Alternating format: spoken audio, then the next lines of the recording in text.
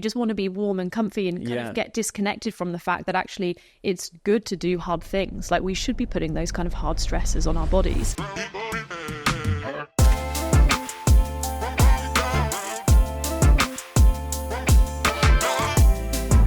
We were having lunch and I remember saying to Tom, I can't do it. And I used frozen horse water troughs. I broke into Hampstead Heath ponds at night during lockdown, which turned out was a really bad idea. Whereas for me, it was like a magnet being pulled to this thing. It's like, I just have to bring this to light. And so I knew I had to leave the business we created together. And that didn't go down well. The most grueling 5 minutes of my life where I had no idea how to pitch this. I put together the first version of a deck. I had no idea what I was supposed to say, what it was supposed to look like. He was like, pitch it. Life under an NDA. So what can you share? So, let's just see what comes out. Laura, how are you? I'm good, thanks. Which I think is the blanket answer. But I am pretty good. Things are very hectic at the moment. But yeah, we were just talking off camera about founders when they go, I'm okay. It often means there's lots of fires being put out. Dying inside. How are you? I'm good, thank you. Yeah, equally, loads going on. Good year. I think 2024 for lots of people turns into the year of a bit more optimism in life, which is always nice. But thanks so much for coming on. I'm really looking forward to today because there's lots to talk about, particularly with your current business, but also your journey as an entrepreneur and as an individual. But I want to kind of start a little bit further away from that and ask you, how was life growing up? Pretty good. I had a great childhood. Grew up in the countryside. Lovely. I think I was very creative and a little bit whimsical as a kid. I think I spent most of my time outside making mud pies and playing with animals and things like that. Yeah. So yeah, pretty good. Whereabouts did you grow up? Back on the border of West Sussex and Surrey, so a few hours outside of London. Nice. Yeah. And early life for you, were you always thinking of somewhere you want to go? Because I know we were talking again off camera around wanting to be an artist. Where did that come from? Yeah, I've naturally always been quite good at anything creative, drawing, painting, and I've just always loved it. You know, you just get into that zone, that like flow state everyone talks about, and time flies. Yeah. So I just naturally gravitated to those kind of areas. And did that mean that school life was not very academic, or did it mean it was more creative based? Yeah, but unfortunately I was always quite smart, but my parents didn't really push me, and I really wish they had, because now if I'd done a business degree or something, it would have helped me so much more. But I always kind of thought, I'm just good with art. I'll just stick at that because it's what I'm good at and it's what I enjoy. And I don't know how much it really helped me in later life. Yeah. But I had fun. Yeah, I mean, having fun is very important when you're a kid. I was not academic at all, so I was like you, eating mud pies and sand, which was how I spent my childhood. But I guess that creative side, do you know where that comes from? Was your family creative? My dad did you have that inside you? Yeah, my mum not at all. Oh, really? Yeah, a good not blend. At all. Yeah, a good blend. But then they gave me the name Laura, which I think is like the most boring name. I always wish I had something really cool and creative. Fair enough. Yeah. And was it a creative environment at home then? Kind of, yeah. I mean, my brother was the same. My brother's older. He was also really creative. He went on to, he's now a metal fabricator, but makes like the most beautiful, insane interiors for a lot of commercial spaces. So he's still really creative. I went off to Central St Martin's, the art school, and I thought, I'm going to be an artist. And you know, they have the best people from basically every continent in the world there. And as soon as I got there, I realised I'm distinctly average. So I kind of thought, okay, I'm going to have to pivot slightly. A bit of a reality check. Yeah. We had Maureen Tongai, who is on the podcast, who is an artist manager. So she's managed, she's had been in the art world for the whole time. And she's basically a manager. So she built an agency, and in that agency, they look after various artists, all from who are starting on the couch to now doing amazing pieces of work. But one thing she said to me about artists is like, they're just either obsessed with it until they become good, or they just never really give up on it. So they're kind of the individuals where a bit like entrepreneurs, right, where they got to keep on going at it. But the other thing she was saying is they come from the weirdest environments. Like one of her clients, effectively, whose parents are both accountants, and it's just randomly but amazing artists. Like, it doesn't come from anywhere, which is why I asked you the question, because I think creative people, it's like, where does that come from? Where does it, is it natural? Is it from family? Is it from friends? Is it from the environment you find yourself in? So no, it is super interesting. So at what point did you know you weren't going to be an artist, or you couldn't be an artist, or what did that look like? It was definitely when I was at Central St Martin's. Really? And just amongst some amazing talented people. And I'm sure I could have been some sort of artist, but I hadn't really found that one particular thing that I loved. Like at school, it was ceramics. And I just remember thinking, I don't think I'm necessarily going to make the money or have the lifestyle I want if I'm an artist. And I can't remember what it was. There must have been like a certain advert or something I'd seen that just got me so excited. I just became slightly obsessed with branding and marketing, and I just thought, I've got to be in advertising. That was like the thing that really excited me, because I guess it is still creative. And then from there I went and studied advertising marketing for my full degree. And then you ended up doing a lot of internships, which I wanted to ask you about, because you did a couple, right, in different places for a period of time. Because internships are one of those things, particularly in like marketing, is like the classic sort of like almost TV Hollywood thing of like doing an internship in like a fashion industry or creative industries are always like negative. Why did you want to do the internships? What was the reason for doing that? Were you like, I just want to be around the environments I want to be in? It was a requirement for my degree. Fair enough. There's the answer. We had to do 6 weeks. And I remember for 2 of those weeks, my best friend at uni, Emma, and I, we went to South Africa. One of our lecturers was South African. Right. He worked in a load of agencies over there, and we wanted to go there on holiday at the summer. And so he said, I'll hook you up with some agencies. So we spent 2 weeks over there in Cape Town. And somehow we managed to get the university to pay for it as well and start this unofficial like intern swap program. Nice. And yes, we spent 6 weeks over there in total, paid for by the uni, which was amazing. Working in agencies? Yeah, well, only the 2 weeks we worked. Then 4 weeks we spent kind of travelling up the coast. The other 2 weeks 4 weeks, I did in London. But even that was interesting. One of them was a PR agency. Because honestly, it was slim pickings. I was just trying to find somewhere that would take me, because I think that time of year everyone's just applying for roles. But what was actually interesting looking back is when I was tasked with writing a load of press releases, I was actually really good at it, which sounds really arrogant, but it kind of came naturally, and I've always quite enjoyed writing. And then when I actually started working in the industry, eventually I went into copywriting. So what was the like first step in sort of the advertising or agency world like for you? Was it all very fast paced and chaotic? Do you remember that time? So I started, actually that's it, I started interning for an agency called Thinking Juice, who were down in Bournemouth where I was doing my degree. Because I think it must have been during the final year or our second year, we only had 3 days at university. So I thought, well, I may as well get some experience. So started working at an agency there, and then they took me on once I finished my degree. But I was working as an account exec, and I hated it. Why did you hate it? I never know whether I am or aren't organised. Right. Everything's very chaotic in my brain, but I'm very logical and structured about things. Like my to-do list is pretty insane. Like how I format everything. So I have processes, maybe they're actually coping mechanisms. But the thing I got really excited about was when I was writing the creative briefs and dealing with the creative teams and the ideas and the concepts. And so naturally I kind of realised like that's what I want to do. And I think it was actually who was it? It wasn't the creative director, but someone in the creative department flagged like, I think you should maybe try like copywriting. And at the time they didn't have a traditional creative team. There wasn't an art director, copywriter set up, but they found a art director called Tom, who was up in Bristol at the time, brought him down and paired us up and tried it out, and it was great. We were then Tom and I were partners for many years. We went to Saatchi's and then ended up at Rap.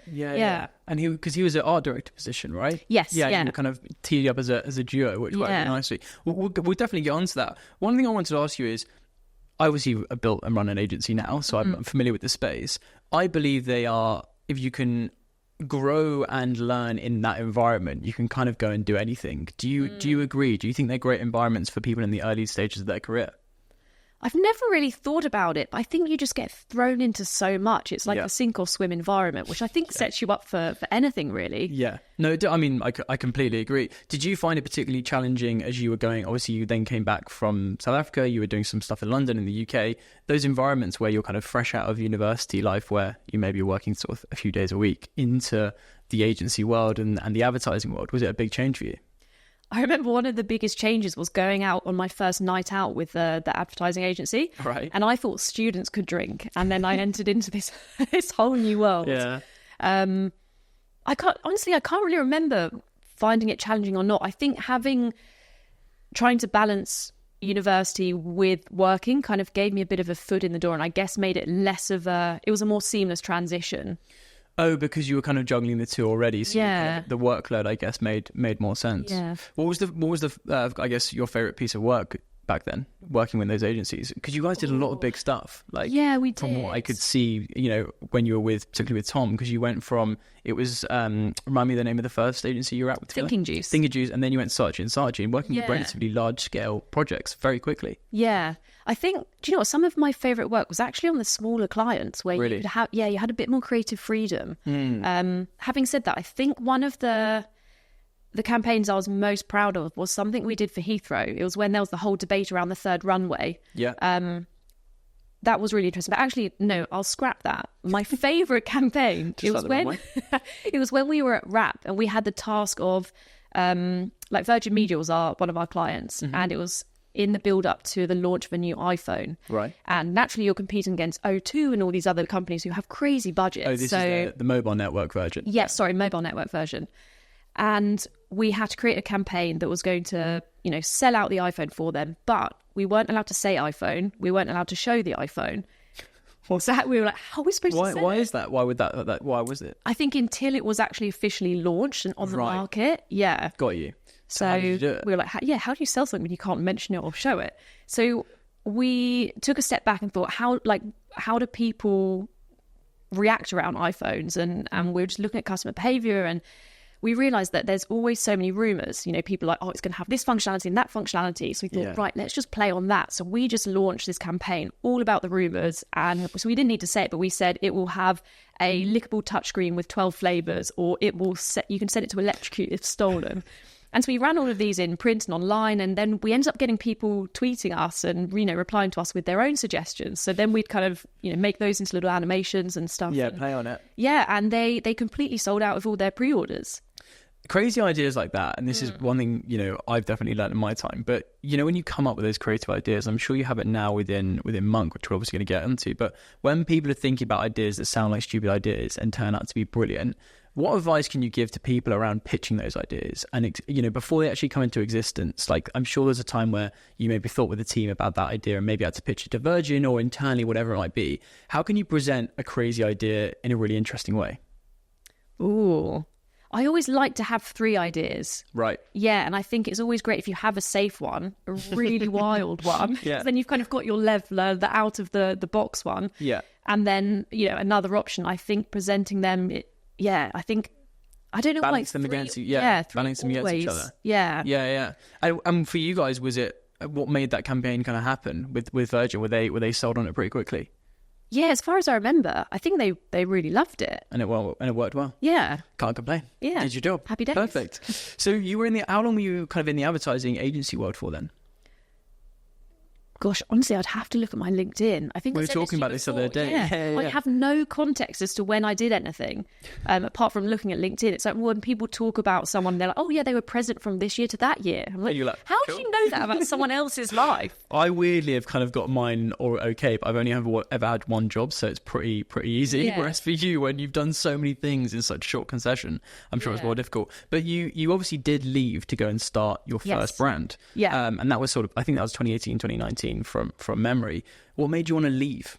So I remember that actually being a really difficult decision because I'd been paired with Tom, and you as a creative team, you go around agencies together, you get employed together. They are just like your work husband or wife. Yeah. It's a really bizarre relationship. Yeah. And because you were put together, weren't you? You did know each other before, put together, and then moved around together. Yes, wow. Yes. We went through 3 different agencies together, and we'd just got offered a job. It was I think it was a senior creative team. It was a really great job. Yeah. At, I can't remember now, one of like the other really big agencies. Wow. Tom was really excited by it, and at the time I had started Fitty, my first company, and I was juggling the 2. Right. And when you go into a new job, you have to put 150% into it. Sure. And not even just that, but as a creative team, you're competing with the other creative teams to win the brief and for your idea to come to life. Yeah. And I remember thinking, I can't do it. And I remember so clearly, we were sitting on like the top floor of the building. We were having lunch, and I remember saying to Tom, I can't do it. So you were at your current agency and you'd been offered to move, basically.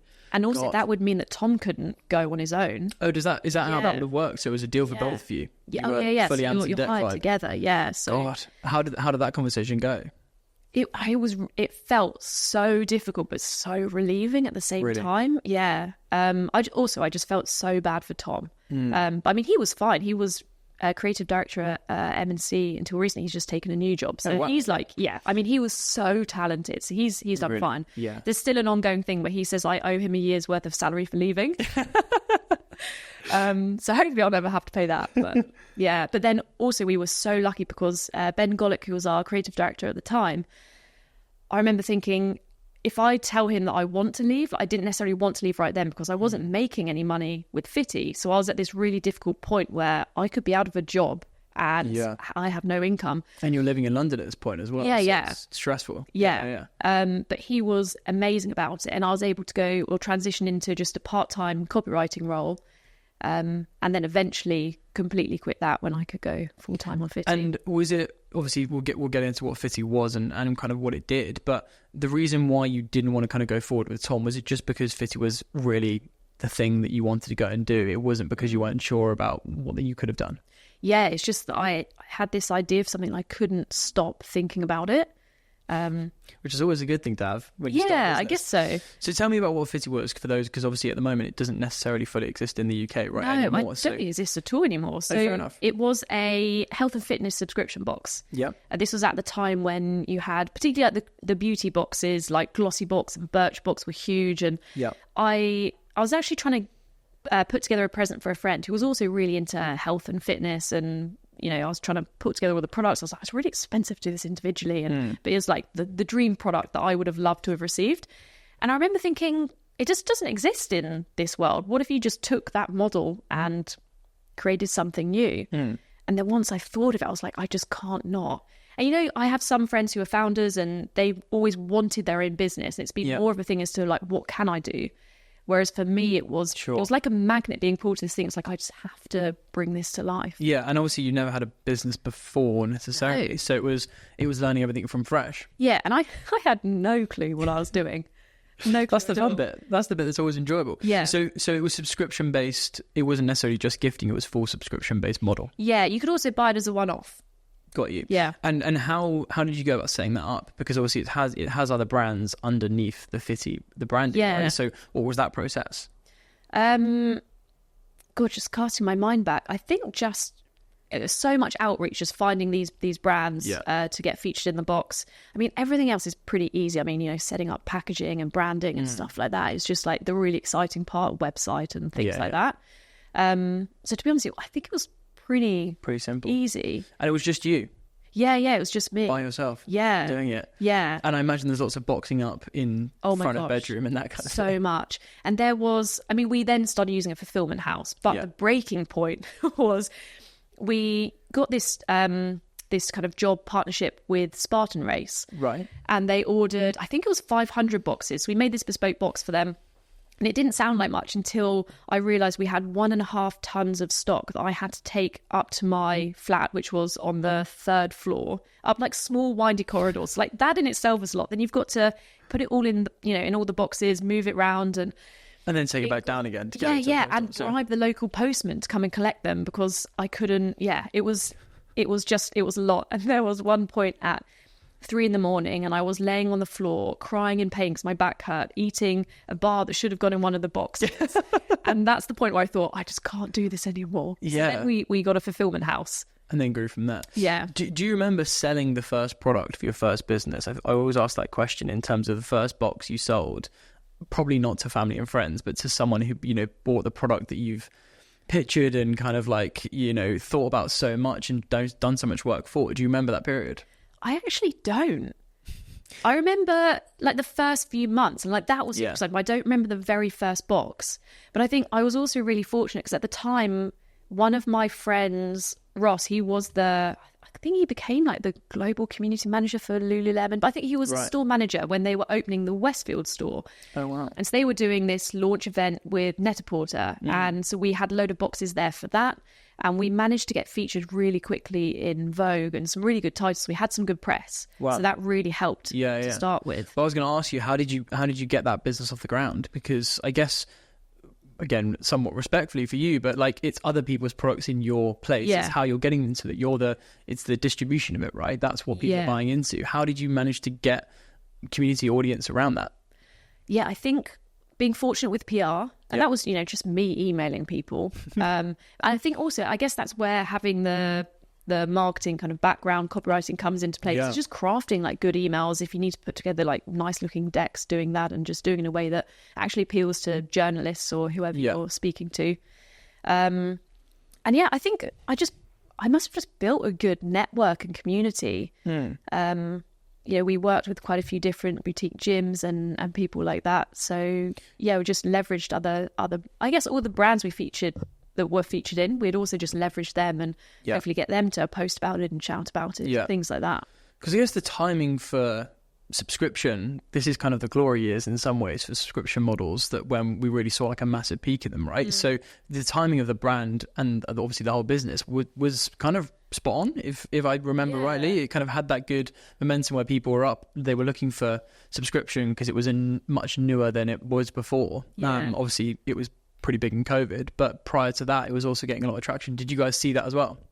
Yeah, well, I guess that's why I started it, right? Because I used to love the beauty boxes myself. And it was exciting, like getting things through the post. I guess this was also in the days where, I wasn't ordering loads of stuff on Amazon. That wasn't so much of a thing. Whereas now it's become the norm. But back then, like getting something in the post was so exciting. Whereas I think now, I don't know whether you find this, but I get something in the post and often I'm terrified. I'm like, who's trying to sue me? Like, what is this letter? What's this bill? I do know that feeling, yes. No, I think it's been interesting. I think COVID has just changed consumer behaviour so much on subscription models as well. I think most subscriptions are more convenience than anything, as opposed to what I think you're saying is subscriptions used to be much more enjoyable, sort of present, everyone likes opening stuff vibe, as opposed to now, like most subscriptions I have are all convenience based. They're all my Amazon subscriptions are convenience for my flat, for my business, they're exactly the same. And that's kind of how they're looked at, as opposed to, I think, generally for consumers, the subscription behavior on luxury items in terms of an item not necessarily its price point, but like something that's more cosmetic or whatever it might be, I think is a bit rarer now. I think they're just changing the way that they behave with that, at least from what I see. No, I'd agree. The only thing, well, I guess it is kind of a commodity, but this will tell you enough about me that you'll ever need to know. But I recently got an olive oil subscription. Did you? I'm well interested in that. Tell me more. Amazing. So each month you get sent a different olive oil from a different region, but it's all small batch, like family owned vineyards, and it's amazing. Like, what's it called? It is insane. Citizens of Soil. Okay, yeah, I'm gonna get that. Sure. Check it out. It's great. Olive oil subscription is what I need in my life. That is. How did you find that? Just really random. Well, I'm 35. I think it comes. These things happen. Yeah. That is a great subscription. It's better than the gin subscription as well, because the gin subscription has a bit more of a lasting effect when you're getting gin delivered every week, which I had for a period of time in my life. So going back to Fitty and away from olive oil, where did you think the business was going to go when you were really in, I guess, the midst of it all? Where were you trying to get it to? Honestly, I don't think I knew. I think I was just so excited to create this thing and bring it to life. I hadn't really thought about the future or where it could go. Yeah. I didn't know what a forecast was or what a P&L was. I was just completely winging it. But then I did start to try and grow it. I remember one thing we did was, because what we're ideally doing is getting products free from brands that are featuring, but at the same time we wanted to have at least like one full-size premium item. So a lot of subscription boxes at the time were just lots of free samples. You feel like if you went round to some sort of event or show, you could just basically pick up what's in the box anyway. We never wanted that, so it was slightly more premium, and I didn't want to pay brands for it. So what I thought would actually be more valuable is I built this really small, simple platform where, let's say you were putting your protein bar into Fitty's box, you could ask 3 questions that customers would feedback on. So I don't know, if you're trialing a new flavour, maybe you want feedback on that, or whatever it is, we would just facilitate that. So the brands are actually getting something from it, and then we'd incentivize the customers to leave that feedback. So that was quite interesting. But then what we found is that it's hard to do one box that ticks, is appropriate for everyone. You have some people that are vegan, or some people that are runners, or some people that are paleo. And so then what we started doing is actually creating a couple of different boxes. And the reality is that 60 to 80% of the boxes would all be the same, but it was like those extra products you'd put on top and things like that, and the leaflet inside that tells you everything there would be personalized to you and things like that. But that was when I had sold it to the guy who bought it in Toronto. And then and that was right before COVID. So we were getting ready to launch it across North America. And then, you know, to your point earlier, subscription boxes, and I think generally like at-home health and fitness products would have done so well during COVID, or did do so well. But if you look at the model of it, it's completely reliant on our supply chain. And so many of those brands were going out of business and having so many supply chains that really killed a lot of them, wasn't it?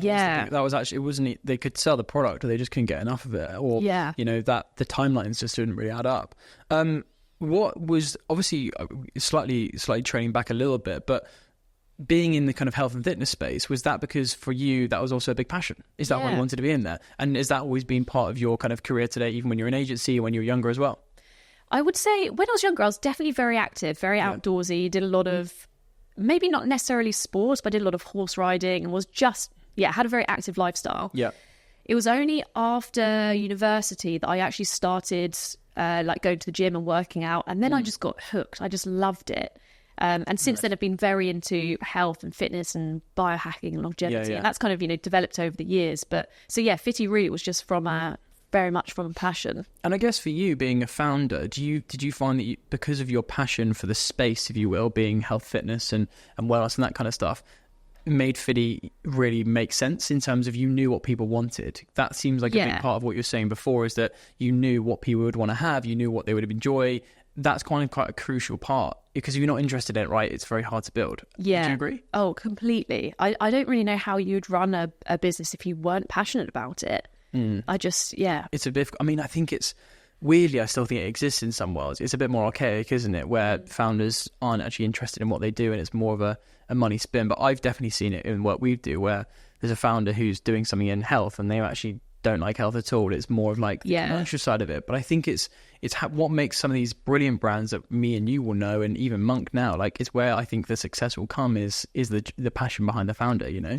It's super important. I wonder if there's actually any correlation between that and like the success of a company, whether someone is like super passionate about it, because naturally I would think that it would be more successful, but then actually maybe if you remove the emotion and you're just there to fully execute. I think if you my thought is, if you understand your audience, you've basically done most of the hard work. Because if you understand them, you'll make a great product. If you understand them, you'll market the product really well. Like that's how I think it is. To understand audience is where I always think about it, because if you're not the target audience, or you're not close to the target audience in some ways, how can you understand what they want unless you have really, as you say, remove all emotion and look very subjectively to it? Does that make sense? But I think for me, most, particularly brands, maybe businesses is different, but most brands that are particularly within fashion or health and wellness or automotive or anything like that, the ones that I feel they're doing the best, the ones that really understand audience. And I think that's what Fitty was clearly doing, is understanding what people wanted, which why I want to ask you about it.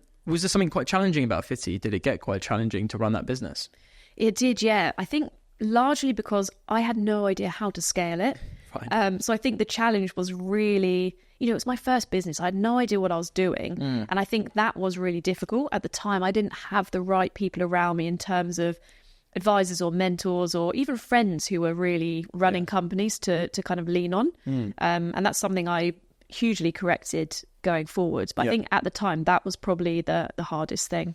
Is it that thing where you could tell them what's going on, but they wouldn't understand it type thing? You know, like, do you ever get that? I've had that a few times where like people have always supported me, like so much, friends, family, etc. But explaining actually like the business side, if they don't have one, it's like you don't quite know what that means, if that makes sense. Did you experience that as well? Oh, massively. It's what I was talking to someone about this the other day. I think Stephen Bartlett was talking about it in terms of, I think he called it social shedding, something like that. And when you start a company, at some point you are going to lose a load of friends. It's more like extreme than what you were just talking about. But I definitely found that, because until that point, a lot of my friends all of my friends were in very, you know, kind of normal jobs and careers, like I had been in when I was in advertising. But then when you kind of leave and do something, I don't know what it is, whether there's an element of jealousy, or maybe it's just, it's just this weird world. It's hard to I completely agree. I mean, I started my business at 17 and I was bullied for it, like just people took the piss because I was, people think you're arrogant. People think, why would you be able to do that? We're going to university. You're an idiot for not going. You're going to throw your life away. Like, people just think that. Yeah. But I know exactly what you mean. I wouldn't say I lost friends from it. People that will probably take the piss out of it, I weren't friends with them anyway, so it was a bit easier that way. But I do know what you mean, because it's a very weird. And on this podcast, I always say, like, I don't want to sound like I think founders are elitist individuals or like we're special. But it is just a very different environment. Like, it's a very different life you have to sort of lead. It's very hard to switch off. It's very hard to sometimes have the empathy you need to have, or understand people in the way, or, deal with the new challenges, etc. It's not simple at all. Particularly if you're going into, it's your first time as well. Like, particularly when it's something new and it's a product base. You said we a few times with Fitzy. Did you build a team? Not really. Right. I think I always hesitate to say I don't know why. Yeah, it's fair enough. kind of to your point there. Like, talking about founders, my worry is that it sounds like you're trying to be elitist or arrogant, or I hate being there saying like, I did this, I did that. Yeah. But no, it was really just me. Yeah. Just you. And for you, obviously, you mentioned that you sold it. Why? I remember so clearly I was skiing with my then boyfriend, his family at the time. And I was just so sick of it. I didn't know how to make it work. I didn't know how to grow it or scale it. And I was just done. I think I was also burnt out. And I was trapped in it. Is trapped a word you would maybe use in terms of like feeling like kind of like, it's you and it are the same thing. If that makes sense. And that was actually really hard, because trying to think about me not doing it, I was like, it had become so ingrained in my identity. Like, I was Laura who ran Fitty, so I thought, if I don't do that, like what? Yeah. It was just bizarre. I was so I guess trapped in it. I just couldn't really see the best way out, but I knew what I was doing wasn't working. Because at this point, it was obviously successful in the sense of like, you built to a certain point. It's still delivering boxes. You had a customer base, etc. But you were on the hamster wheel of kind of like resetting that every month and going through that process, right? Yeah. How did you deal with that time? Obviously, you went on to then sell it, but like, how did you mentioned sort of leaning on people, and was it about having a word with yourself and actually understanding where you wanted to go? How did you get through it? Yeah, so I actually did bring some. Actually, it was the guy who owned Thinking Juice. He was a mentor, mentor / advisor. And that was really good. That was in the build up to me selling it, and that definitely helped me, gave me some clarity and some extra support. But it's one of those things, actually, I don't know, I probably should just mention on the podcast, but turned out he had a lot going on with addiction and stuff like that. And it's the things you just can't predict when they just don't turn up to meetings, and then this whole crazy thing comes to light. Then I was kind of back on my own and doing the same thing, just stuck in that kind of merry-go-round. And I remember so clearly sitting on this mountain, and I just said to my boyfriend, like, I just can't do it anymore. Either I sell it and someone buys it, or I just dissolve it. And it was just like the relief in that moment where I just made peace with it. Sometimes it does just happen like that, doesn't it? I've heard it from other founders I've known, and I've had some similar experiences where you decide on the direction. It's always the putting off the decision that's the hardest bit, whereas sometimes it's just deciding, like, either way it's going to be a stressful time. Whether you sell it to someone, that's going to be stressful. Whether you close it down, that's going to be stressful. But what you know is right now where you are at that point, that's probably the worst place to be in many ways. So how did you go about selling it? Did someone have interest in it? Not at the time, but the website was built on Shopify, and I can't remember what it's called, but they have a portal or something there. Marketplace. The marketplace. So I put it on there, and it's hard being a subscription model, because it's not like you just have this set stock, and everything else that was bought sold there seemed to be very much like typical e-com. Either drop ship or they buy the product in or whatever. I met this guy Brian through there, and he ended up buying it. And was he UK based or? No, he's over in Toronto. Yeah. And just wanted to buy and take it on, and that was it. Yeah, and I was still involved with it. So we set up as a new US entity, like dissolved the UK company. Technically, it was an acquisition of all the... Brand acquisition. Yeah. then I had equity in the new company and we started working on that. And that's when we were really going to roll out that new model where it was, more personalized boxes. Spent quite a few months working on it. And that's when then COVID was coming on the scene. And I remember one day we just called it and said, look, now's not the right time. So I feel kind of bad for him because he bought it and then COVID happened. And not that it was like a huge exit. But yeah. The day that you'd stopped working on Fitty, there was probably like a morning where you woke up and you have no more responsibility to that. Do you remember that time? Well, it kind of faded out because I was still involved with the US entity, and then it was kind of on ice and, is it going to happen again sometime in the future? Fine. Sort of lingering a little bit. Yeah. But yeah, the relief when it just wasn't fully my responsibility was... Makes a big difference. Yeah, it was amazing. What was the biggest lesson you think from that experience for you? What was the biggest first business, had some success, couldn't get it to the direction where you maybe thought you could get it to, and effectively kind of left it pretty well, considering most people would have trying to shut it down, the fact that you could sell it and was interested, like that's amazing in so many ways. But what do you think the biggest lesson in that time was for you? What did you walk away with? I think it was about how important your network is and who you have around the table. Interesting. And I still think network is like the number one thing. Really? And why how do you relate that to Fitty? Is that just because if you had a better network at the time, it would have changed things? I think it would have changed things slightly, but also, because I would have had more people to lean on and just that kind of self-development. I think you can accelerate your learning so quickly if you just have the right people there to actually to lean on and learn from. This is exactly why I started this podcast. So there you go. There we are. I agree with you completely. So after Fitty, and we spoke about this when we spoke before we recorded the episode today, but you have a very elusive part of your LinkedIn profile, which is life under NDA, which I do want to ask you about and obviously share what you can. But you obviously left a business where you started. Did you know where you wanted to go at that point before we get onto what you actually did? Were you a bit like, I'm going to rest, I'm going to reset, I'm going to go find a job, I'm going to start something new? Where were you at? At that point, I picked up freelance copywriting just so I could actually pay the bills because it was a small exit. So it gave me a little bit of safety, but not really. And honestly, I didn't really know what I wanted to do. I just knew that I was super passionate and growing more so passionate about the biohacking space. At that point, it was still, such a small, almost like unheard of movement. But because is this just before COVID? Sorry, this is like 2019. Yeah, when was it? Was it 2019 that I sold it to Brian? Yes. So yeah. So at that point, you were like, I don't really know where, going to go back to what I know, which is obviously always nice, and kind of figure out the next steps. Yeah. And the next steps took you to life under an NDA. So what can you share? So, let's just see what comes out. So one of my best friends at the time and we decided to start an office brokers. Right. And, I've got no experience in I guess technically a service business because I worked in advertising, but, I was never running the business. Sure. And I'd also never worked in sales, which is essentially what we ended up doing. Right. But his experience, that was his world, so it made more sense. And I think he'd just seen people doing a really bad job of it, and we just thought, like, okay, there's an opportunity here. Let's just go for it. Yeah. And is this in COVID at this time? No, it was before COVID. Fine. Yeah. Yeah, obviously starting an office broker in COVID, I was like, I did think about that this morning. I was like, that timeline, let's just check that wasn't a terrible idea. So this is just before. Yeah, this is just before COVID. And it was you actually you built the business and you founded it together. Yeah.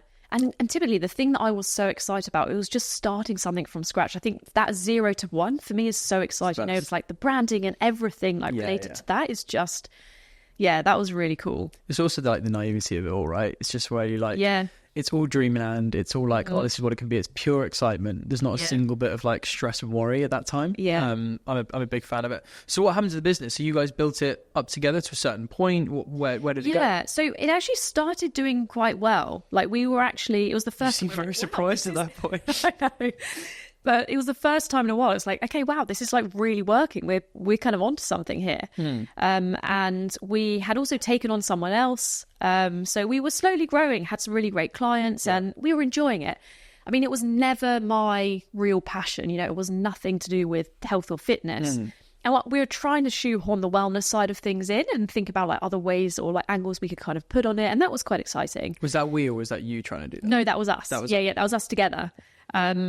And then COVID hit, and pretty much overnight our pipeline just went to zero. Absolutely zero. Yeah, and I actually remember us going on a podcast and they were like, so how are you guys doing? And we were like, terrible. So yeah, COVID was the worst time, any company was just trying to get rid of office space rather than needing it. I signed my office 2 weeks before COVID, which was a terrible idea. But I didn't really see it coming. One thing I want to just trace back on before you tell us more is you just mentioned about the business at the time wasn't necessarily a passion for you.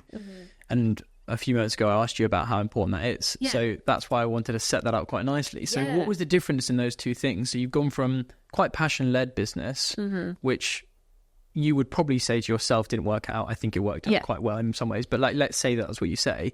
To then what you did with this business and you didn't have the passion for it. How did you find that you were performing with that in mind? I think I performed pretty well. I mean, I guess I was always searching for that passion, like trying to shoehorn the wellness angle into it. Got you. But I think the first days when you are doing something new and it's like, oh, what are we going to call it and stuff like that is so exciting for me. That kind of drove you through it. Yeah. And getting everything set up at the beginning, like even what is the cold outreach approach and even crafting those emails or that messaging and just all of that was so exciting. So I think it was probably only as we were then kind of trekking on, and although it was growing, which was great, it wasn't. Didn't have the drive in it. To kind of really push it forward. Yeah. So how long did it go for? Obviously, COVID must have been a big old challenge for it. At that point, what did you guys do? So that's a good question. What did we actually do? I think you should write a book about your life and read it yourself every day. I think so, yeah. Just to, like bullet points. I cannot remember what we did, whether it just completely stopped. And I'm trying to think, that was when I was also working part-time at the Health Optimization Summit. So I guess that was my source of income. Right. Because I remember just after COVID, it started picking up, we started having more clients and things like that again. Right. So I guess, freelancing kind of saw me through. I do think that's when we were also really exploring the more wellness side of things and trying to get that in there because, we had time to think about it. Yes, that's probably how. Fair enough. And so you obviously are not part of that business anymore. And, COVID was obviously a challenge. What happened? So that's when, I'd had the idea for Monk. Right. And that had been bubbling away and I was kind of working on it at the side. And, it's just so aligned with what I love. Yeah. And similar to Fitty, I just couldn't stop thinking about it. It was like I was being pulled to it with a magnet. It's such a nice feeling, that, isn't it? Yeah, it is. It's such great. A nice feeling. It's I so love good. That feeling of just there's something in my mind, no matter what's going on, I can just think about it and it makes you excited and it makes you kind of driven for that. It's such a good feeling. Yeah. And so I had that passion and I wasn't passionate about the business we created. Yeah. And it got to a point I thought, well, I'm going to I've got to bring this to life. And being hardware, I knew we were going to have to fundraise up front because, you need a lot of working capital for that. Yeah, for Monk, sorry. And, there's no way I'm going to be able to go out and raise money if it's something I'm not even full-time on. Right. So I thought, this is actually going to be a real thing. And so I knew I had to leave the business we created together. Yeah. And that didn't go down well. Right. Yeah. And is that was there kind of a feeling, and you might not remember this, no offense, but was there a similar feeling to what happened with you and Tom? So kind of going through those business divorces, as I like to call them, was there a little bit of dread going into that conversation? Absolutely. To be I'm now in the same place again. I feel responsible because I'm the one breaking up, if you will. Yeah. And being that side is never pleasant and of course in whatever circumstances. So was there a lot of dread and kind of history repeating itself? Yeah. This is like a therapy session. Yeah, sorry about that. Good. No, this is perfect. But yeah, it was exactly the same feeling in a very, very similar situation where you just have that horrific guilt. Yeah. But we approached it really proactively, had a plan as to who we would need to bring on and how we would kind of get through that. And the beauty is that it wasn't going to be a complete clean cut. I was still there to help through it and support. Yeah. And also we lived together, which made it quite You and your business partner live together when having this business? Yes. Yeah. That's another layer of complexities to that situation. Yeah. Oh, wow. So that must be even more pressurizing in some ways as well to like even have the conversation. Yeah. And then also during COVID when you can't really escape that far. So yeah, it was a lot. But you got through it. Yeah. And came out the other side. I'd say we got through it in terms of we're both still alive and the business is still going. But we lost friendship through that, which is really sad. Yeah, we were best friends. But it's hard, right? Like, and I think, you know, I've been through something similar and it's very difficult. Like, it's a very hard time. There's so many emotions. There's a business emotion, there's a personal emotion, like, you know, you're friends at one point and then you're trying to work something together. Like, I don't know a single example personally of people who've gone through that and not had period of time away from each other for a longer period of time. Does that make sense? So like, I don't know anyone, not a single person. I do know a few co-founders who've parted ways and next week been best buds again. Like, or a year later, even a couple of years later. I don't know examples personally. Again, I don't know everyone, but you know, I don't know examples, but it kind of makes sense. Like, it's a very emotional thing. Business is emotional. Yeah. I think, like, you know, I'm quite an emotional person. I can't remove all the emotion from things because I care about people, and I think you're the same, right? Yeah. You don't want to be in that position. You, in an ideal world, you would be really passionate about what you guys are building. It had a perfect directory. COVID didn't exist, and you're off. But sometimes it doesn't happen like that. Yeah. But no, I mean, it's a hard time for sure. But doing it twice, doing it again, and going through that process, did you find the second time a little bit easier to kind of want to move on from a project and a thing and a partnership? Yeah, I think so. Because I think it also made it easier having had that business, my first business, where I was so tied into it with my identity and having taken a lot of those lessons into this second business where, you know, it wasn't my real passion. Yeah. So it was easier, you know, I was slightly further removed from it. So it was less emotional for me. Whereas for Mark, it was his first business. So it was not like that for him. Sorry, is that your co-founder in this? Yeah. Right. So that's obviously more difficult as well. Yeah, for sure. Goodness me. So you mentioned the marketing summit piece that you did. Yeah. So tell me about that, because that was something on the side you were doing, getting the marketing creative juices flowing as well. Yes. So what was that? So I just found my way into the biohacking world, which at the time, as I mentioned, it was very niche. No one was really, particularly in the UK, it was really small. But I got invited to this biohacker meetup, and it was the first time it had happened. Sounds wild, doesn't it? It was just a room full of massive health goons like myself. And the first one, there must have been, 20 of us, which I actually thought was quite impressive. I was like, wow, there's this many of us in the UK. I'm not alone.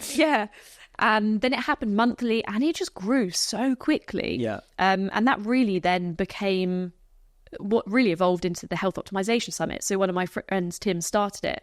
And so I joined, I was the third team member. And we brought it to life. So I oversaw everything to do with marketing. I mean, you know, being any startup, although you have a title, obviously your remit is just do anything you can to make keep it going. Yeah, exactly. But yeah, that was great. And I think timing was really good because that's what I'd started fractionally when I was still at Fitty. That was kind of just like easing out. And that also helped develop that network, particularly in the biohacking, health optimization, longevity space, which has also really helped with Monk. So, and again, going back to the word passion, I guess there was the passion for it was just super exciting and for sure. And lots of learnings as well. And it was also really cool because having worked on the summit, we've then exhibited there for the last 2 years, which is great to kind of, to see it from awesome. Like both sides. So. That's really cool. Yeah. So Monk was bubbling away in your head when you had Life Under NDA, when you had, when you were at the summit as well. As an idea, the original idea for Monk compared to what it is as we sit here today, is it the same thing? Not entirely. So what was the original idea for Monk? So the original idea was an ice bath, for sure.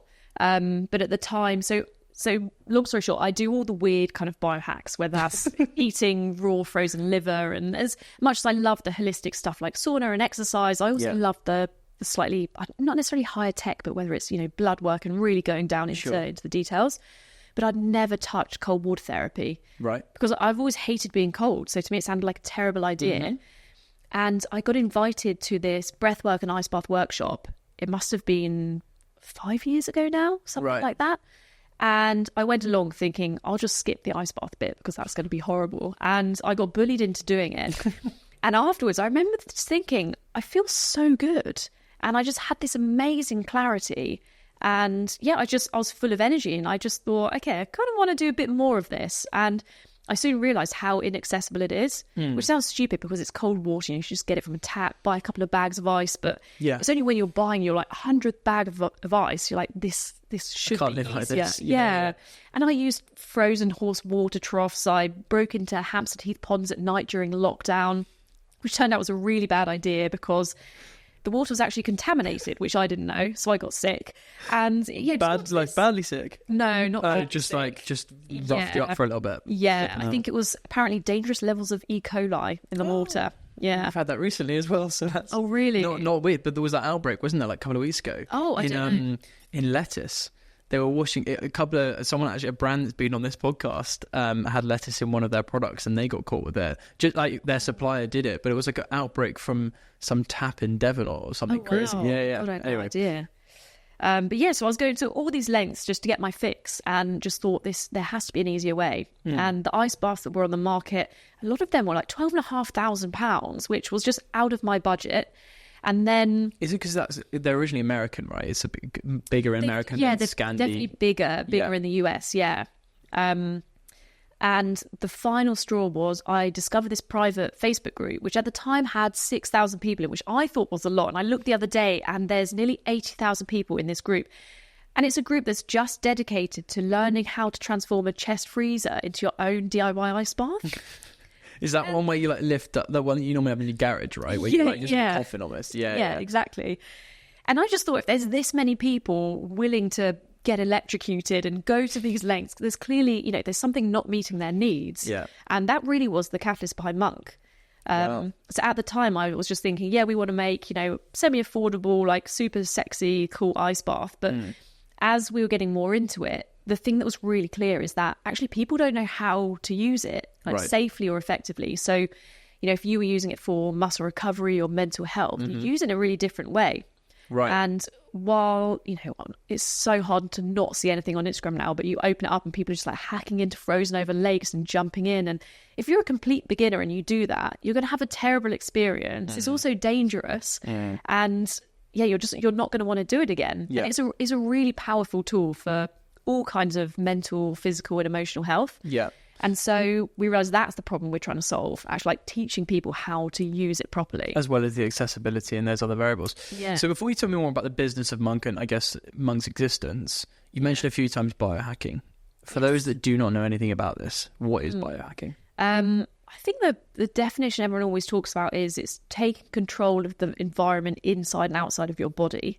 Right. For me, it's just, I guess it's always hard to explain. People always say, like, what biohacks do you do? But it's just such an ingrained part of my life. So I guess to put it into where I kind of started from. So I just never understood why, if you wake up and you just feel like groggy and a bit shit, like that's not normal. Like there's a reason why you don't feel great. And I just want to wake up every day and like feel amazing. You just want to have energy and whatever that looks like for you. So I just kind of went on this quest to figure out how I could feel my best. Oh, and also this coincides with when I started working out. And I think I just have this weird thing about efficiency. Like I don't want to be eating the wrong thing if I'm working out that's going to completely, counteract that. Yeah, makes sense. I just found myself going down this rabbit hole of all things biohacking.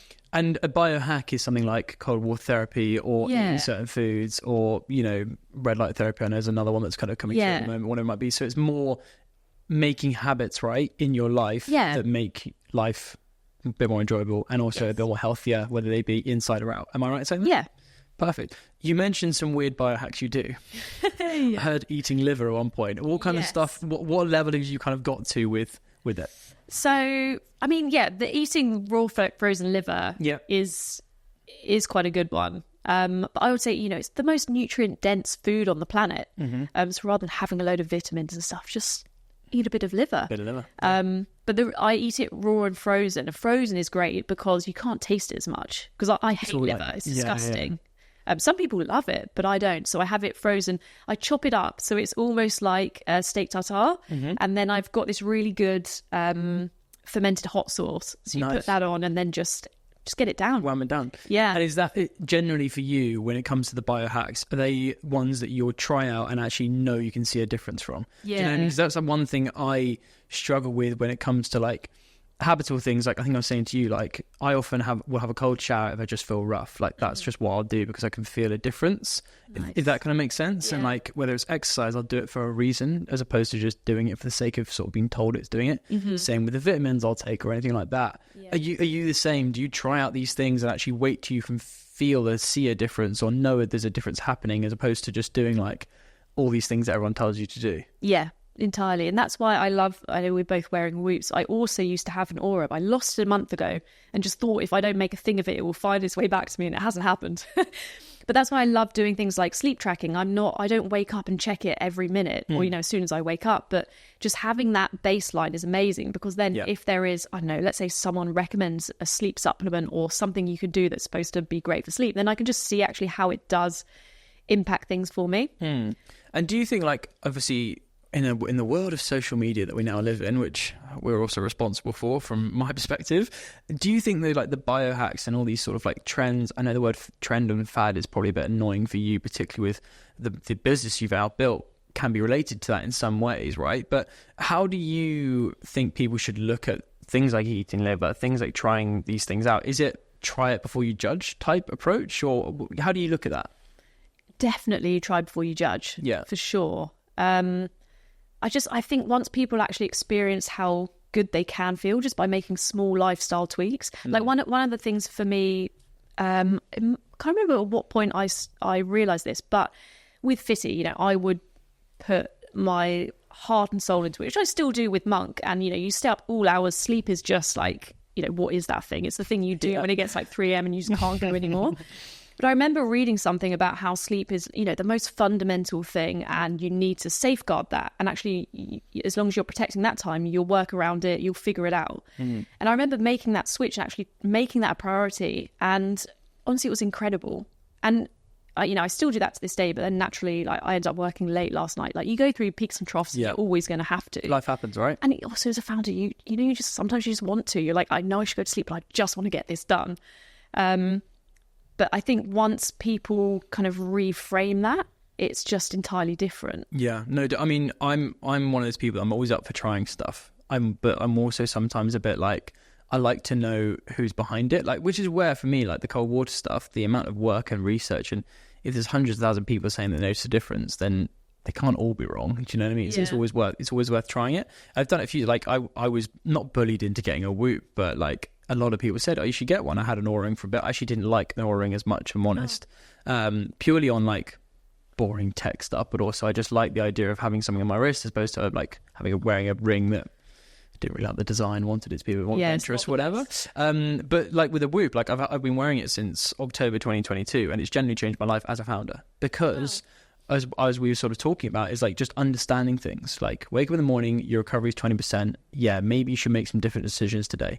Maybe you should not go and have that one-to-one with the team, or not go and have that client call, or not try and work on that thing you want to work on today because actually your brain's not there. Maybe take it easy. It's just understanding yourself a little bit more, which is where I think that for founders, a lot of founders are like health conscious, pretty like health interested as well, in terms of like they're all cyclists and runners and all that kind of stuff. They all look after themselves a little bit more. But there's also times I think, and I'm interested to hear your view on this because I think you touched on it a little bit, that as founders, in terms of looking after ourselves, we're kind of one extreme or the other. I don't know if you've seen this like as a trend. Like a lot of founders I know, they'll like really look after themselves when things are good, but when things are stressful, like they will just put themselves through hell, i.e. staying up really late. Like do you resonate with that at all? Yeah, I think typically founders are quite extremists. Yeah. Anything really. Yeah. But yeah, for sure I noticed that in health. Yeah. Health?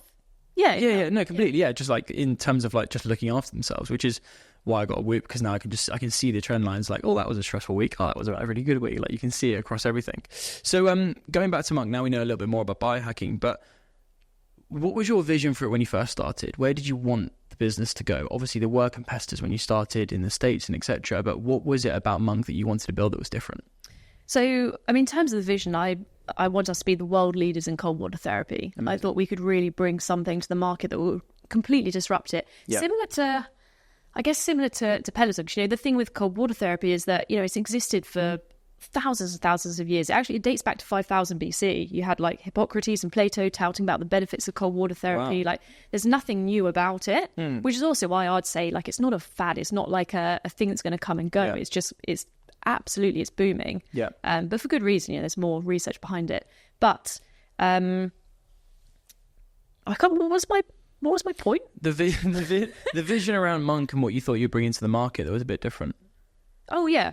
Yeah, so there was nothing new about cold water therapy, but equally, when you look at exercise bikes, there was nothing new about them. They'd existed since the 60s. Yeah. But then Peloton swoop in with this smart, connected, like beautiful device and completely disrupted the industry. And I think that's the opportunity we have here with cold water therapy to come in, shape, lead and disrupt this and really grow it into something that is such a normalized part of culture. Yeah. Rather than people going down the pub at midday to kind of bury their sorrows or, have that extra cup of coffee, you'll just go for a plunge. Kind of like they do in the Nordics, it's just part of the culture. Yeah.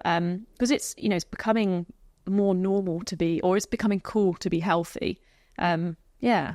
It's becoming cool to plunge as well, which is good for business for you guys. So what are the benefits to cold water plunging? God, they're vast in the short, medium and long term as well. Right. People often think about cold water therapy or ice baths as being great for athletes because, it's good for physical recovery and inflammation. But the body of research is just growing and growing. And even just looking at inflammation itself is really interesting because it's actually tightly correlated to anxiety and depression. And, and I think one of the reasons why cold water has peaked so much, particularly in COVID, is because of its positive benefits against anxiety and depression. And, we know levels of them have like doubled since COVID. And it's a natural way to help people take control of their health. And I think that's one of the few silver linings of COVID is that people will learn actually they are in control. Yeah.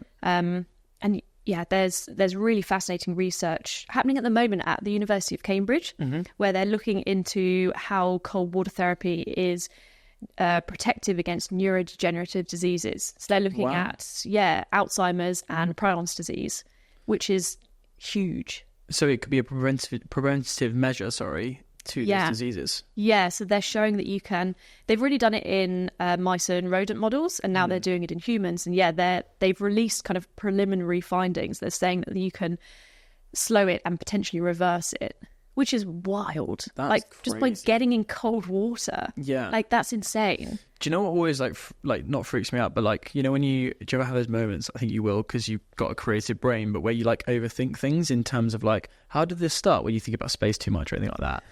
I don't know if you do or you don't, yes. But I do often. One thing you always think about, particularly when it comes to things like cold water therapy, is are we thinking about this all for the first time? Because as you said, if it dates back to 5000 BC, did they not work this out and then it was sort of forgotten about and then it ceases to exist and now we're rediscovering? Do you know what I'm saying? Yeah. I know obviously at this point in time we've all discovered a lot for the first time, but things like cold water therapy where it cannot have not been around because it's just cold water effectively, and how people work this out and some of the people that could have known about this stuff thousands and thousands of years ago and now being rediscovered. Do you know what I mean? Oh, 100%. And I think that's absolutely what happened. And that was one of the reasons spas originally existed, because you had cold water and it was very much about health and well-being benefits. But, as time went on, I think we just got comfortable. We like to be warm and cozy. And so they had a lot more cold water in spas before, and then everyone's like, I want a sauna instead. Yeah.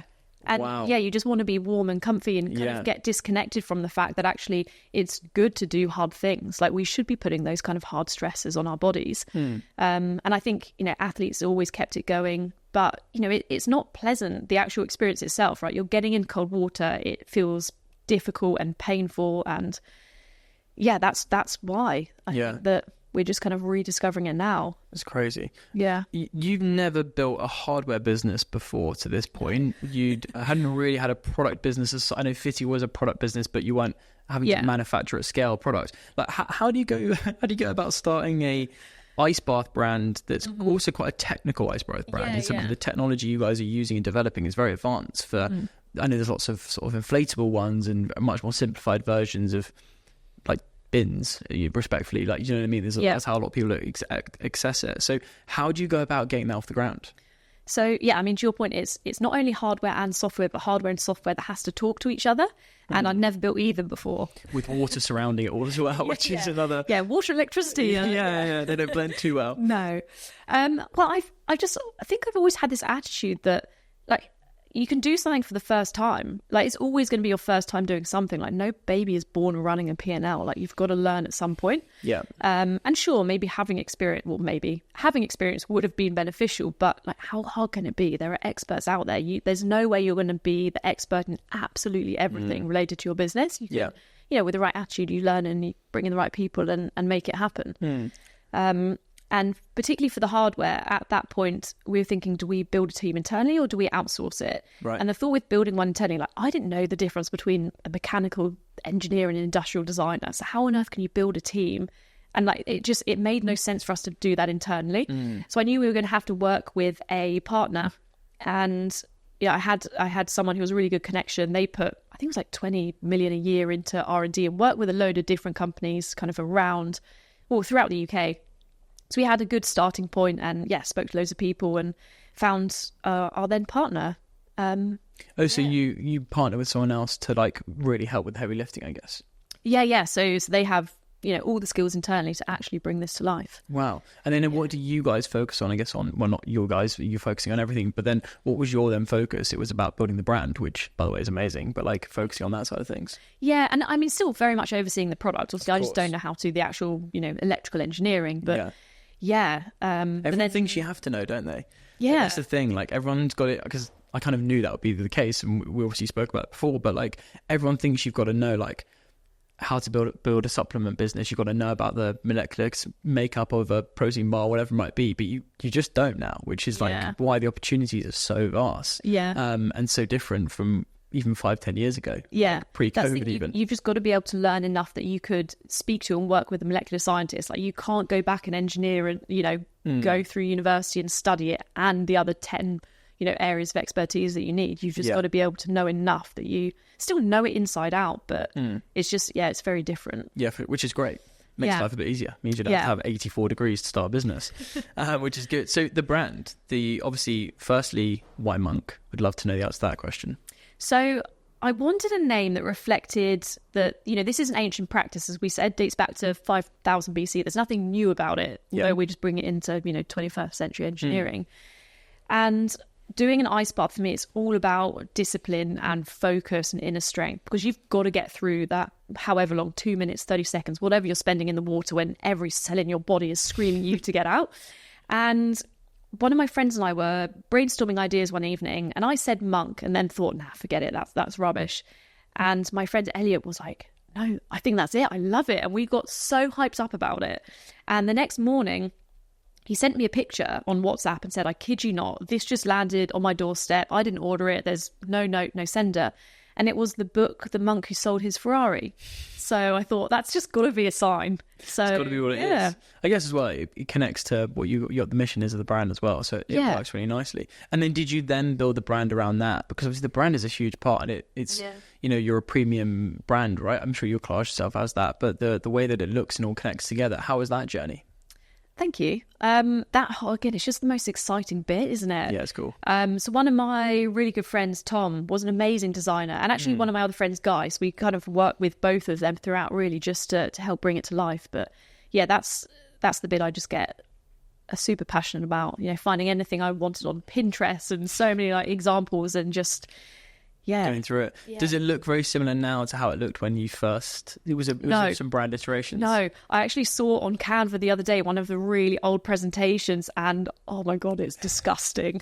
It's a hard journey, that, isn't it? Like the branding of a product it's not simple. Like I know a few people have just done like mini rebrands and brand evolutions, and I know a few, obviously we've been around for a little while, but a few brands who we worked with in 2014 who are still around today doing amazingly, but like they look completely different. Like it's much more common, that evolution, I think, more recently, whereas some of the bigger brands have, you know, Apple of the world does look sort of the same for the last 25 years, whereas like if you get it right, it can change quite quickly in a couple of years, and then you can like evolve it again. I feel like though with the Monk branding, it's super forward thinking, which is I resonate with a lot in terms of the way I see the brand is that it's old science in a new body, but also thinking about the future, because like you say, there's a lot to be discovered with cold water therapy and what you guys are going to do, which resonated with me quite a lot, which was really cool. Thank you.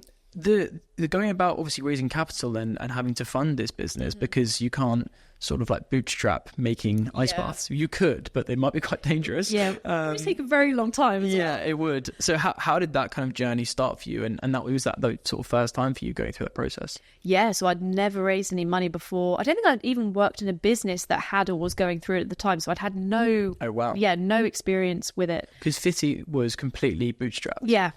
And the other business was completely bootstrapped as well. Yes, correct. Service-based, so it's a bit easier to do. Yeah, and I mean, with Monk, I had some capital to put into it at the beginning, but again, a small amount. That was from the buyout of the other one, NDA one. Yeah.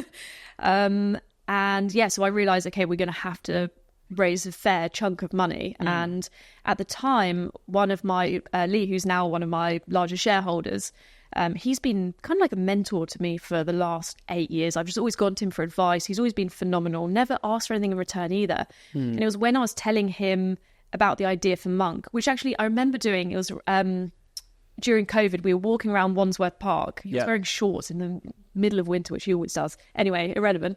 And I told him about Monk, and he was like, yes, this is it. This is the thing. Because I've taken so many ideas to him before, and he just tears them all to pieces. Really? Yeah. And it's good to have someone like that in your life, though. Oh, for sure. I mean, usually I just leave everywhere with like my tail between my legs thinking, oh, this is terrible, it's never going to work. But yeah, so he really loved Monk, and he ended up getting really quite involved and was just my sounding board for everything. And with his experience, he knew kind of how to go about raising money. Right. He brought some initial friends to the table, and I remember it was like the most grueling 5 minutes of my life where I had no idea how to pitch this. I put together the first version of a deck. I had no idea what I was supposed to say, what it was supposed to look like. He was like, pitch it. I just stood back, and it was, I don't think I've ever been that uncomfortable before. And it's actually quite amazing looking back. And I did actually revisit that pitch deck recently, and, you know, I just squirm looking at it. But it's amazing to see how far you come and how much you learn. But yeah, so I ended up raising 485k from, I'd say, some amazing people. Yeah. So I can say now that we got Anthony Joshua, the boxer, which is incredible. Yeah. And that's your first round? Yeah, that was our first round. When it was just an idea, we didn't have a picture of what it even looked like because it didn't exist. So yeah, really just raising on a concept. Yeah. Which in a way I think is actually easier. I've got questions around that, but tell me who else came into the round. Obviously, James Watt, CEO of Brewdog. Amazing. And actually, it was really interesting the way I met James, because I put up a picture on Instagram which had a load of business books, like my favorite business books. Yeah. I was just kind of recommending them, and someone had given me his book, and I thought it was brilliant. And I went to tag Brewdog, and it came up with Brewdog James, and I remember thinking, must be the guy. And then we connected, and we ended up potentially nearly working with him actually when I had my previous business, when we were trying to shoehorn in the wellness. Anyway, we ended up just getting along really well and swapping business for biohacking tips, because he was getting really into health, and obviously he's phenomenal in business, so it was really helping me with that. And I remember the day when I told him about the idea for Monk, and before I could really finish the sentence, he was like, do you need money? And then he became an investor because of that. And the question I was going to ask you is, why do you think everyone invested? I think you could see that there was a market evolving for it, and ice baths were becoming a thing. So I think people saw that, okay, there's a really cool opportunity here. I think the premise of it was quite exciting. Given that I didn't actually necessarily have experience in it, I do have, an amazing kind of black book of contacts of the biohacking health worlds, just general, like, so much passion about that. So I think it's quite easy for people to believe in your vision and just having a bit of tenacity and audacity, and it's just, I mean, I love it when businesses raise off for like no product, like actual great brands that you now see, they've made the product, like the product exists in whatever format it does now, and it's obviously going to start working in such a high scale. The reason why I ask you that is because obviously, trading back to what we were speaking about before around your pure passion for it, I'm imagining, I wasn't in the room when you pitched it, but I imagine that shone through quite a lot, because you were given a pitch just to go and like, go pitch this thing. You'd never pitched anything before, but there's a reason why, those individuals and the people that you even had around, even getting 3 or 4 people involved in something is so hard. And I don't know, it sounds like you don't give yourself enough credit for like getting those people in the room and getting them into the business, because I think passion just drives so much of it, right? Because you love the biohacking thing. There's ice bath and cold plunge. Yeah, it's the timing's really right, but also people just like, they won't always just say yes, you know. Like raising money is really hard. Like some of the people we've had on the podcast, like we both know Josh from Canno Water. You know, he obviously got Ricky Gervais involved in the business, everything like that. And I remember asking him outside the podcast, like, you know, why? And he was like, oh, I don't know, I think it was a good product. I'm like, it's always like people back sometimes the founders more than they back the product. Yeah. Do you know what I mean? Not that the products are bad, but like when they're new and they're like infancy stages and it's a sketch on a piece of paper and it looks really nice, it's quite hard to always like dive into that, but it's often the passion. Do you know what I mean? Yeah. Oh, completely. I know people that have invested in people and they haven't had an idea. They're like, whatever you do, like here's X amount of money, just make it happen. Yeah, which is great. Yeah. So post raise, obviously you've got to start making it happen and driving the brand forward. So what were the steps there for you? So we started off, I mean, with the hardware development. So you go through, you know, initial concepts, and that's super exciting because you know, you start to see like what it could look like. And even looking back on that now, like some of the concepts, like, wow, that is crazy to think that that's where it started. It looks so like junky and clunky and so yeah, we kind of went through concept design, more detailed design, went through electronic engineering, and yeah, it's been a long journey. Like we've been in product development for 2 years, just over 2 years. Wow. Yeah. So the first raise, was that basically to fund the business pre-revenue generating activity, right? Yeah. So that's it's a long timeline to make it. And how have you found that for you personally? It's been a lot longer than I thought. I remember people saying to me, however long you think it's going to take with hardware, triple the timeline and double the cost. And I was like, nah, that's never going to happen to us. And it's textbook exactly what happened to us. Really? Yeah.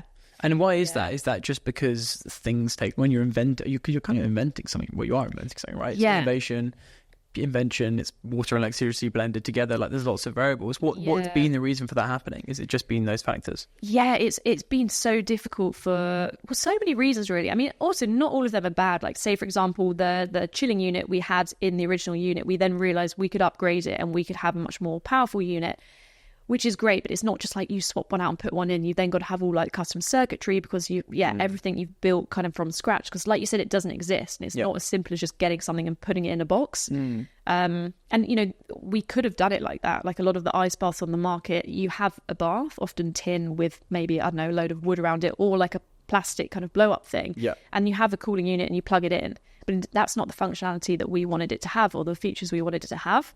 So naturally things take a lot longer. And then on top of the hardware itself, we've then got firmware and software because there's an accompanying app as well. Yeah. So yeah, it all just takes a long time. So Monk is available now, pre-order, right? Yes. Yeah. And you're about to release the first batch. Very first batch, which I cannot wait for. I think it's going to be such a game changer where you actually have product in market. So yeah, it's actually later this month that we're shipping the first units, and then following on in September is where it's really like mass production starts landing. Wow. So and what have you been with obviously internally in the business? There must be a lot of work, and you built a team. Not a huge team, but you built a team to make that happen. You've got your partners as well. Where is it all been focused on the product during the last couple of years? Or have you been trying to build brand and all those other things as well? Yeah, all of it at the same time. Yeah. It must be hard, right, when you're trying to market and build brand on something that isn't available. That's a challenge that is actually a lot harder than it sounds. Yeah. Actually, similar to Fitty, in the early days, we were so fortunate with PR. Yeah. And I think, again, it was just good timing. But we were in, Vogue, The Times, The Telegraph, loads of big publications before we actually released a picture of what Monk looked like. And we were getting coverage, really decent coverage as well. And why was that? Do you know why it was? I think it was, honestly, just time. I think that's when, ice baths were just becoming more of a thing and people wanted to talk about them and the benefits. And so it was just a really good fit. At that point we couldn't even talk about Anthony Joshua being involved. We've only recently been able to talk about that, which is really exciting. So yeah, I think really a lot of it was just down to timing. Are they the kind of more well-known investors that you have, are they involved in kind of consulting? Well, obviously with AJ, he's got so much experience probably with cold therapy, so is there a nice relationship there where you guys talk a lot about where you guys are going and that kind of thing? Yeah, for sure. So we are actually going to be doing quite a lot with him over the next 2 years. But even, he's had the prototypes that we've been working on. So he's been trialing them. Nice. Use them in like the build up to his fights. That's why he's winning, I think. You said it. No, but he's honestly like the nicest guy ever. Yeah. He's great. But I'm really fortunate with the investors we have. Right. But I remember from day one sitting down with Lee, who I mentioned, and I really wanted a co-founder, but there just wasn't the right person. Why did available. you really want a co-founder? Because I'd done it on my own before, and I'd done it as a team before, and I just thought I don't really want to do that. And also, I'm not technical, and seeing as we're setting out to create hardware and software and actual products, that would have really helped. Yeah. But yeah, the right person wasn't there at the time. So I remember us sitting down and literally mapping out with like big circles, like, okay, if I don't have the co-founder, who can we bring in to almost give me the support as if I did? And so we had a formal board quite early on, much earlier on than you would usually see in a seed stage company. But yeah, so for example, we have James Watt, so he supports from a strategy, honestly, just like an everything kind of perspective. Yeah. And he's phenomenal as well because he's been a co-founder, but he's grown Brewdog from zero to multi-billion pound company. Right? Yeah, literally. Yeah, and also we're friends, so he really understands the founder side of things and just how incredibly stressful and tough and lonely it can be. And we have Rich, who's also our fractional CFO. So we've got, amazing like financial governance that again isn't really like that typical at our stage. So we've managed just to pull in some like phenomenal people. Marianne, who was also CMO at Peloton for quite a few years. Wow. So that thing about you that you said earlier about wanting a great network, that lesson is being really like into Monk in a big way. Yeah, great team that like something who you just already mentioned, like insane experience. So for you, it must be amazing to have those people around. Yeah, just to lean on in those new experiences and those situations. Yeah. What's the biggest daily challenge for you running Monk?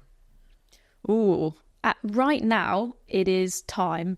Really? I was actually having a one-to-one with Alex, our marketing manager, yesterday. I was just trying to figure out like what are the current like bottlenecks and what do we need to remove from the business. And when I asked about bottlenecks, she was like, you which I knew. It's hard. There's people don't often realize like right now we're a full-time team of 3, so we're doing like an incredible amount, and it's time and resource I think is always the challenge. Why are you a bottleneck? Just because I'm over everything and there's so much to the business. It's not like we're just making like one product. That would be so much easier. But we're managing, we've got we're going into manufacturing, we've still got the whole like product development team, you've got the firmware team, you've got the app team. It's like managing all those third parties, and when something goes wrong it's identifying, and just managing that in itself is a lot. And then fundraising, team strategy and marketing. Team of 3 is pretty incredible for the complexity of what you just said, to kind of manage those two tools. Your sales, I don't know if that's a thank you actually. It's just stupidity. The team will listen to this and be like, please get more people. Please. What's been a really proud moment of Monk? I know the product isn't necessarily on the market at the moment, but like after all this time, you must be super proud of what you've done so far. Is there one moment that really just sort of like stands out for you in Monk? Ooh, that's a great question. I think typically the thing I would say I'm most proud of are the people involved. Yeah. I think we've really set the stage for where we're going to go. Yeah. In terms of proud moments, just trying to think. I think the first time I saw the very first prototype, that was super exciting because it's different when you're seeing it on screen than it's something there in real life. Yeah. But it was in front of all of our product teams. There were like 12 people in the room, so I was like, don't cry. What did you actually feel though when you saw it? Was it just like hard work pays off? What was the actual feeling for you? Oh, was it relief? Like what was it?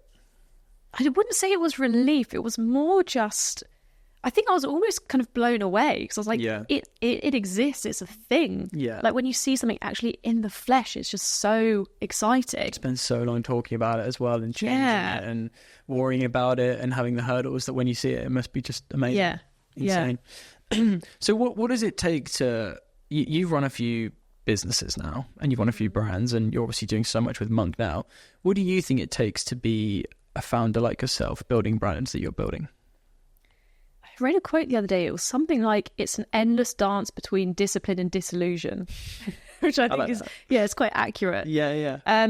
Honestly, I think it takes so much more than people think. When you're talking about being a founder, people assume, you've just got to give up evenings and weekends. But as a founder, that's what you want to do. Like that's the exciting part, right? Because you just want to keep working on it. But I don't think people talk about what it actually does to you mentally. And, you just have to give up your whole mental bandwidth, your sanity. It's it's what you take to bed at like 3 a.m. when you wake up, you're like, don't think about it, and your mind is just spinning with work, or you finally go out to dinner with friends and you're having a conversation, and like, I'm looking at you, but like my brain is over here. I'm just like completely disassociated, thinking about, how am I going to pay that bill tomorrow when we don't even have that many like numbers in the account? How are we going to get through, whatever's just like being thrown your way? Yeah. And so I think it's more the sanity and just the impacts on what it does to your kind of mental state. Have you found a way to like deal with that, like apart from cold water plunging? Yeah, I think so. I think I have and I think that's where the whole like biohacking stuff kind of comes in.